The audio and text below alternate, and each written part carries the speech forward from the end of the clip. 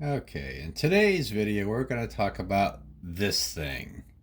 Because evidently, nobody on the planet knows how to operate the son of a bitch. This is a thermostat for your air conditioning. I don't understand how people do this. They'll say, oh my god, it's so warm in here, I'm going to set it on 65. When it's like 75, 80 in the room, maybe 90 outside. So the thing eventually will get to 65 degrees and be freezing, and everyone complains how cold it is. This thing doesn't care if it's 150 in the room or 375 degrees Celsius outside.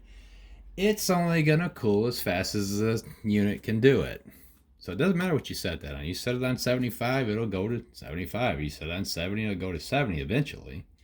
But setting it lower does not matter how warm it is in the room. It's not going to cool any faster. It's not like the thing in your car where you can put it on max air and it kind of cools faster.